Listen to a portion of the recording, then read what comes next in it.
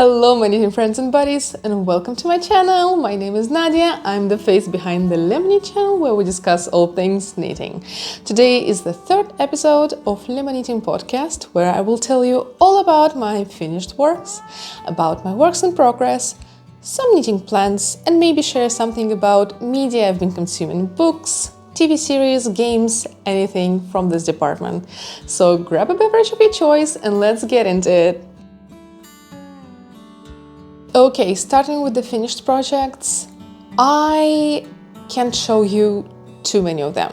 You might think that I only finished like a few things throughout the whole month. I haven't made any new podcasts, but it's actually gift knitting season, so I've been knitting a lot of things.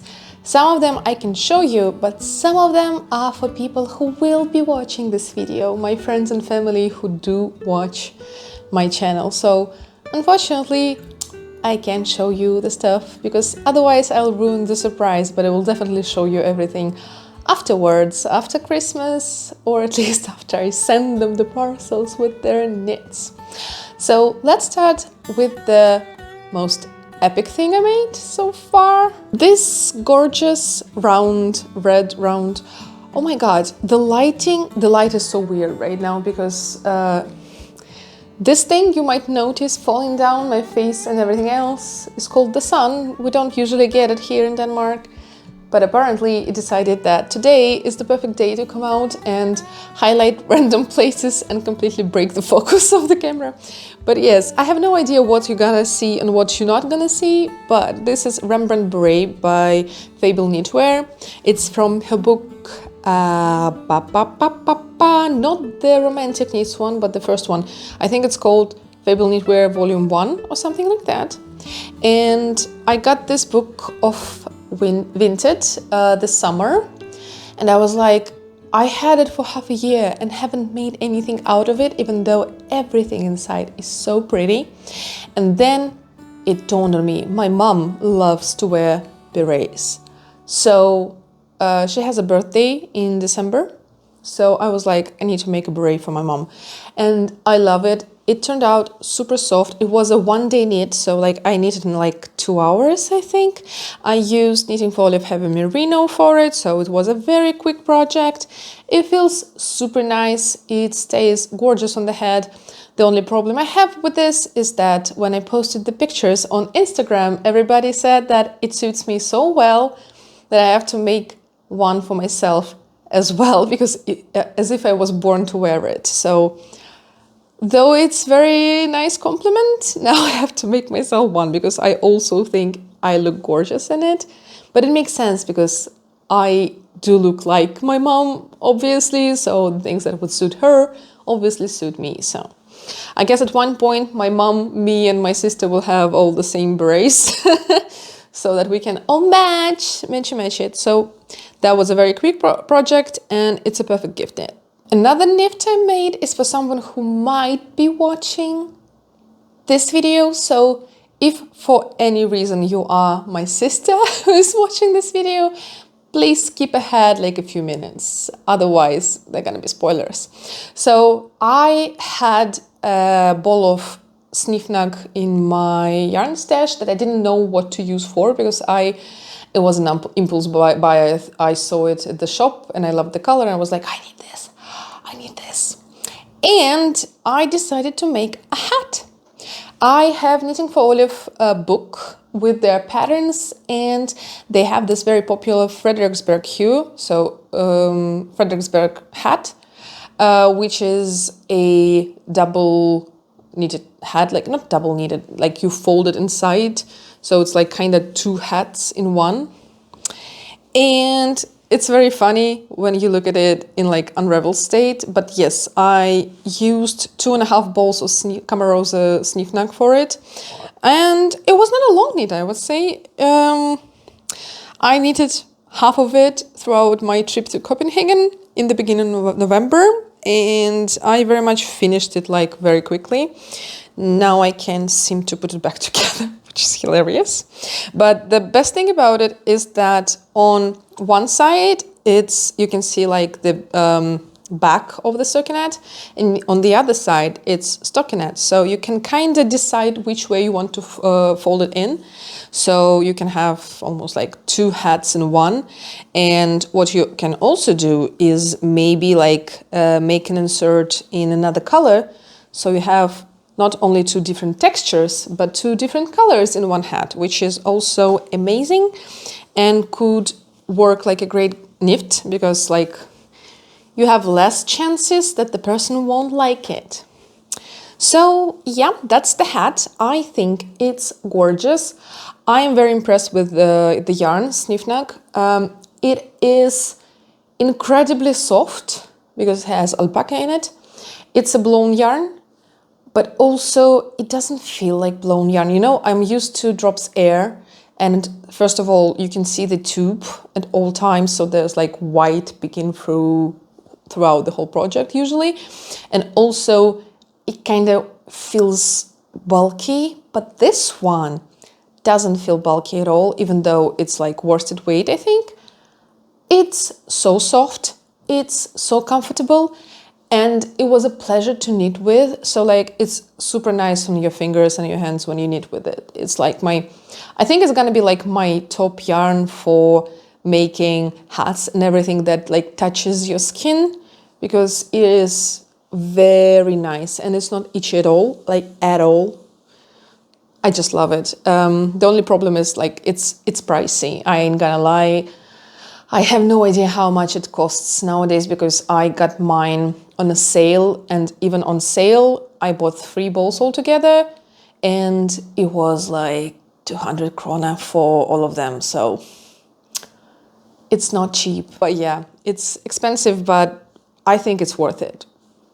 So there's that. The last finished object I can show you is an exciting one for me, because when I heard that Sennes Garn are coming out with a new yarn called Atlas, and it's gonna be a mix of llama and merino, I went crazy. I swear to God, if you don't know me, you might think that I'm sponsored to make ads for this yarn, but I'm not. I'm one of those people who prefer their yarn to be both scratchy so that it feels like wool, but also not too scratchy so that it doesn't irritate your fingers when you knit. And this yarn does exactly that. Because of llama inside of it, it has this wool feeling, so I would compare it to something in between Peer Gynt from Sennes and heavy merino from Knitting for Olive. But the merino inside of it makes it very like glidey, so it doesn't really irritate your fingers while you work on it.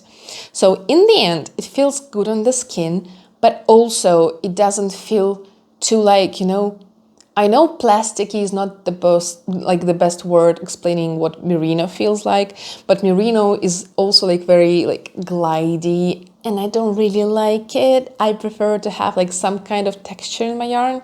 So when I heard about this yarn, I was like, it sounds like perfect yarn for me. And I was very worried that I'm gonna be wrong. I was not wrong. I was not wrong. First of all, when I touched it in the shop, I realized I was not wrong. But when I washed the swatch, I realized it's gonna be my #1 yarn, at least like winter yarn. I ain't gonna say forever, but at least for now, definitely yes. I'm gonna be making all of my future test knits for anything that goes with worsted weight yarns, and I will try to design some stuff with it as well, because it's just like my heaven. And I would say structure-wise and like gauge-wise, it's identical to Knitting for Olive Heavy Merino. So if you have a pattern that has it in like recommended yarns, you can switch the yarn. Well, I wouldn't recommend without swatching, but there's a very high chance you'll like hit the gauge correctly, and it's much cheaper than Knitting for Olive, so that's also a win. What I made from them is Ceridwen gloves by Pearl by Ray, and these are like 2x2 rib gloves with a very interesting thumb detail. So like where we begin the thumb, you can see this like very, I hope you can see this triangular shape. I'm not sure, but I will add some pictures in editing. Basically, because it's worsted weight, it's super thick, so it feels like you have actual like woolly thick gloves on your hands. But because of them being fingerless, you got a lot of ventilation coming from upper part of the glove. And I ain't gonna lie, I've been wearing them every day for a week and a half. I finished them last week and they're just perfect. I've never had such perfect gloves because it's like, because of this 2x2 rib, they are very stretchy. So you don't feel like you're wearing a glove, but your hands are so warm, and this yarn makes it also like so comfortable on the skin. I am obsessed, and also I feel like everybody is gonna get those from me for some of the holidays, because like now I think that everybody needs a pair of these gloves in this particular yarn. So consider that my review on Senesgan Atlas, or you can check my Instagram. I did like a full review for the yarn. I'm obsessed. I'm super happy, and this is the pattern I recommend all of you use for your gift knits. It's amazing. Just like our girl did it, and she did it well. Fun fact, I also have another finished project, but I can't really show it to you because it's blocking, and if it was just blocking, I would show you. But right now, it looks like this. Yeah, it will be a little bit hard. It has like 50 pins in it. So it's my new design. It's called Creamy Matcha Crop. I'm working on grading the pattern right now. So in a few weeks, I'm gonna be making a testing call. So if you would like to test knit this crop, you might want to follow me on Instagram, where I'm gonna post the link to the Google form for all people who would like to test knit it. It's basically just sleeves without body, with a V shape in front so that you can see the t-shirt you wear underneath. I designed it for all of us who like to wear graphic tees but don't want to hide them under their sweater. But also it's too cold to wear just a tee. So it's kind of just like, don't ruin your tee, just have something on top of it. Okay, the work in progress section is gonna be super small because unfortunately, every project other than this one I'm working on is a gift knit for somebody who is watching this channel, and I don't want them to skip half the video, honestly. You can see that it's November. I'm trying my best to make all the gift knits I promised to people, because apparently everybody wants me to make them something knitted. I'm very thankful for that, but it also means that I am knitting small accessories, not only accessories, honestly, non-stop. So in January, I guess I'm gonna show you a lot of finished objects. If you have Ravelry, you can check my Ravelry. The link is in the description, and I post pictures of everything I made there. So you might get a spoiler of what exactly I was working on and what I have finished. But my current whip is the one you've seen already before. And finally, it is officially almost done. It's Augustine's number 21 by Augustine's DK or Anne-Sophie Welling, and it's a gorgeous dress made with a bulky yarn that has gorgeous lacing on the sleeves and supposed to have it on the body as well, like in the end of the body. And I am on my last skein of yarn. It means that the dress is almost ready. What is not that impressive, that it's actually not officially ready, because it's supposed to have one more lace panel on the bottom of the dress, but I have my last ball of yarn, And I realized that it took me so long to make this dress. It wasn't my fall knitting plans in August. So I've been working on it since like the very beginning of September, and it's still not done, even though it's made on 10mm needles. But I realized that I'm not buying more yarn and working on it anymore. The second I run out of yarn, for me this project is done. I'm very sorry to the original design, but I don't really need lacing on the bottom because like, I'm not a big fan of anything see-through in my knee area, so I'm very fine finishing it with just like the solid color and solid like yarn block at the bottom. So the only problem I have is I wanted to finish it by a Julep August I have with my volunteering team tomorrow. As you can see, I'm not done with the dress yet, and also obviously there is no time to block it if I finish it today. And I'm very not sure I will finish it today because it takes me ages, because I swear to God, 10mm needles are too big to be comfortably knitting. I just like, no, But yeah, apparently I won't be wearing it to my Julep August, which is like Christmas party, I guess, and I'm very sad about it.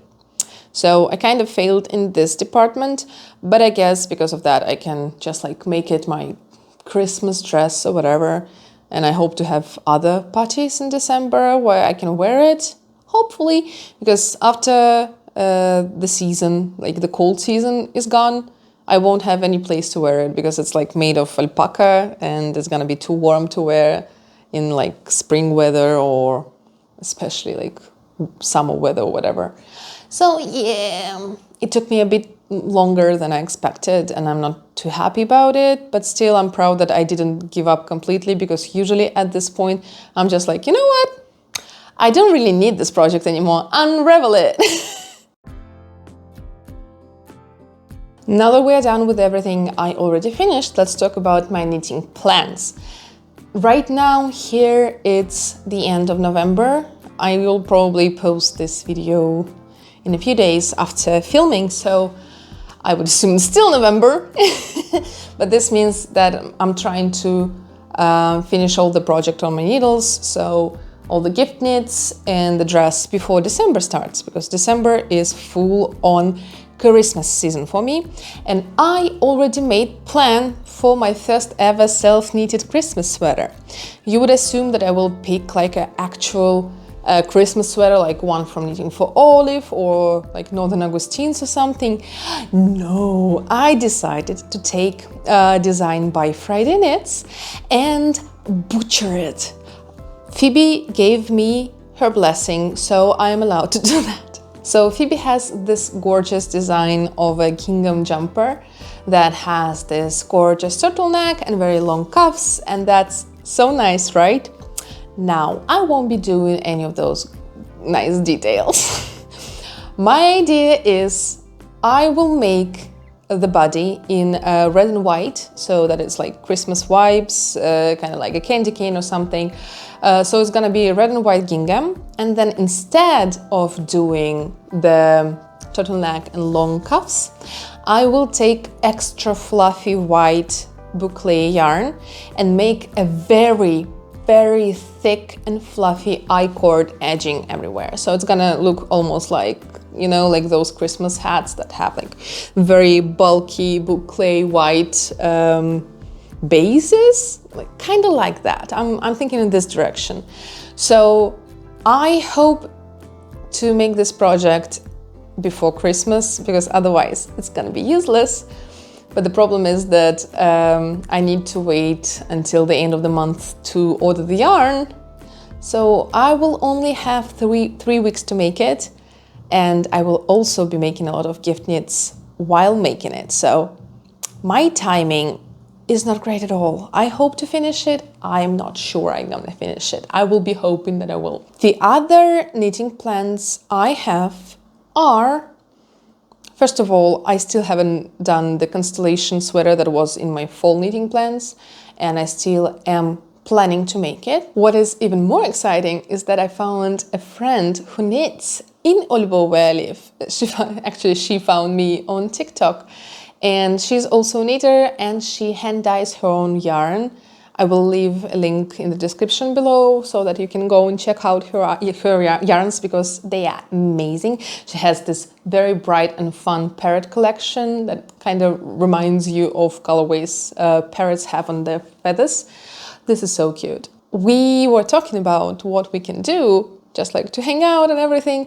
We realized that since Isayer's whole like farm, fabric and shop is literally like a few, like maybe like 40 kilometers away from Ålbo, why don't we go there together? So I think that in order to get yarn for Constellation Sweater, we're gonna go and have a tour around Isayer's fabric, see what they're doing there, take some photos and hopefully video. I really hope so. I don't know if it's allowed. I hope it is. And then I will buy yarn for it at their shop. I'm super excited about it, and I'm also extremely excited to spend some more time with my new friend, because, guys, it feels like I met my soulmate in the friend form, because like we are so similar, you have no idea, and it was so fun. I'm so happy I finally found a friend I can knit with in Ålbo. All of my other knitting plans are basically gift knits, knifts, and a lot of knifts. Socks, scarves, everything. I also bought a cashmere sweater that at secondhand, and I unraveled it, and I finally finished steaming it so that I have like proper cashmere. So I have a lot of cashmere that I want to turn into gifts as well. But well, not everybody wants to wear Sophie scarves, you know, so I kind of need to find patterns that will work with the yarn and will be a nice gift for some of my friends. So I'm gonna have a very stressful December, let me just tell you that. But I'm still very excited about it. It's such a perfect season for knitting and wearing your knits out, because it's finally getting frosty and you don't get sweaty in your knits. So I'm enjoying it to the fullest. I can't really tell you anything about TV series because we haven't finished anything this month. We started watching Severance, and well, if you heard anything about Severance, you know it's amazing, we love it. We haven't finished the first season yet because lately we can only watch TV series with my husband in the evenings, but lately our neighbors are having too many parties and we can't really watch anything because it's super loud until like 1 a.m. and the landlord is not doing anything, but so instead of watching TV or like movies or anything, I've been reading a lot. So I've got a few reviews for you. First of all, I finished the book called Storytellers. It is fun. It is fun, but there's a big but. Basically, it's a very easy read. Like it's a story about different people who get united by a library where they decide to participate in a writing competition. They all have their own stories, so they meet each other and kind of we can follow their stories and how they work through their problems through this process of meeting each other and talking and spending time together. And it's one of those books that actually feel cozy and not, you know, like a Hallmark style cozy. It's an actual coziness that comes from deep relationship and everything. But first of all, the writing is a little bit iffy, but not too bad. Not too bad at all. I think I gave it 4 stars altogether, so not too bad at all. Or 3 stars, I'm not sure. But the thing that drove me insane while reading it is that the author loves to use like questions in the end of a statement, like, this would be nice to do, wouldn't it? This is a very good idea, isn't it? But this never goes this way, does it? At first, you don't notice that as much, but when you've read half the book and like every second page has this question, you become irritated. If you are anything like me, maybe you don't give a hell about it, but like for me, it was torture. I was very sarcastic about writing, and I even spent like 1 week mocking this book when speaking to my husband, adding questions into all of my phrases, just like being annoying and stuff. So, but overall, it's a nice read. It's not a like masterpiece by any means, but it's fun. It's just fun. The next book I read this month was Prison Healer. It's one of those young adult TikTok book talk recommendations that I saw one of the like YouTubers I watch review, and like the whole review she gave was like the whole book, it's worth it to read the whole book for the last page. I was like, what happens on the last page? Like, what will be the plot twist that can like make this book so good that it's like worth going through everything else? Guys, it was worth it. The last page is crazy. I was very sure that I understand all of the like plot twists that can come. So I was kind of seeing through stuff. I did not expect this one. I did not. So I also recommend reading this book, at least for the last page. But overall, I saw a lot of reviews saying that it was too boring to read because it was like set in one location, the whole book, the prison, basically, and that people do not like it, that it's like very routinish. But that's actually what I liked about the book. So like usually when you read about someone's life in some kind of facility, they skip a lot of life, so you kind of feel like you get the good stuff. But here you could see literally like the whole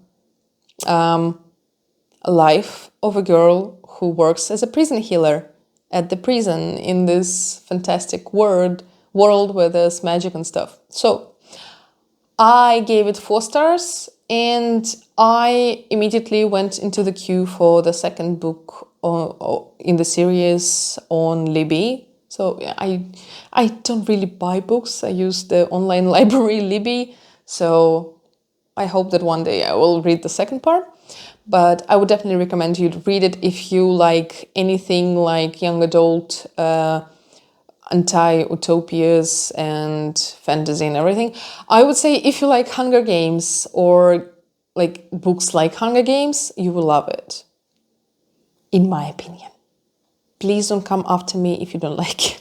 The last book I read was actually Hunger Games, or more precisely, Sunrise on the Reaping.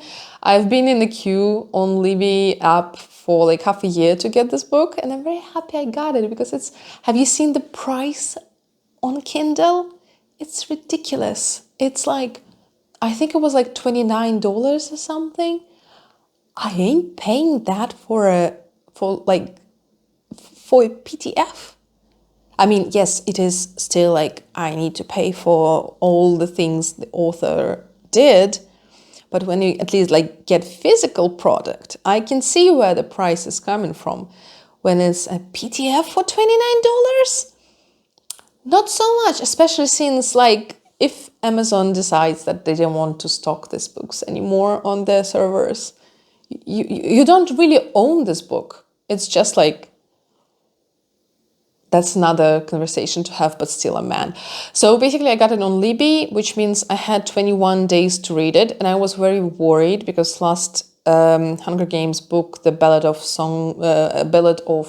Snakes and Birds and Snakes, I don't remember. Well, you know the one I'm talking about. I had to like literally sit on the last day of me like having the book, sit through the last like 150 pages because I was not very excited to read it. I didn't like it. Like the Ballad of Snakes and Songbirds. Was it? I think so. I did not like it, to be honest. I'm sorry. I know everybody likes it. For me, it was not that good. because I saw too many like discrepancies between this book and the original trilogy, so I was just like mad the whole time. But even though I was worried about like not being able to finish the new one, The Sunrise on the Reaping, in the 21 days that you have to read the book, I finished it in like 5, I think. It was one of those books that you can't stop reading. And it's hilarious, again, because I kind of feel like a pick-me girl, because most of the people I know were saying that it's the worst book in the Hunger Games like series, and they didn't like it at all, and it had like blah blah blah blah blah. I must say it's like, let's say it shares the #1 place with the first Hunger Games for me. I don't know, I loved it. I liked the structure. I loved the characters. There were a lot of like, again, like mistakes that show inconsistencies with the original trilogy, but they were not as annoying and as like crucial for me, I guess. And just, I like the plot. What I loved about the book the most is that we actually know the story already. Like, we were told what happened in Hamish's games, like the 50s Quail games in the previous books. So you know the story already, but somehow you're still interested to see how it goes through and how it's described. So I loved it. I loved every page of it. I loved absolutely everything. Maybe I didn't like the last like 2 chapters, like the ending. I did not particularly like. I think for something as obvious as what was going to happen, Susan spent a bit too many pages to describe, and maybe the whole like lyricism of the situation didn't really work for this story for me. I don't know, but altogether I loved it. I really liked it, and it showed me so much about Hamish and why he behaves the way he does in the original trilogy. So I'm very thankful for this book to be existing. That's it for this episode. I hope that you enjoyed it. I will be back in a month with another podcast to show you everything, and hopefully already all the gift knits that I made throughout this month. And in 2 weeks, I will be making a new video, and I have no idea what it's gonna be, because I am not planning this far ahead. I really hoped you liked this video, and if you would like to continue watching my videos, I would really appreciate if you press the subscribe button.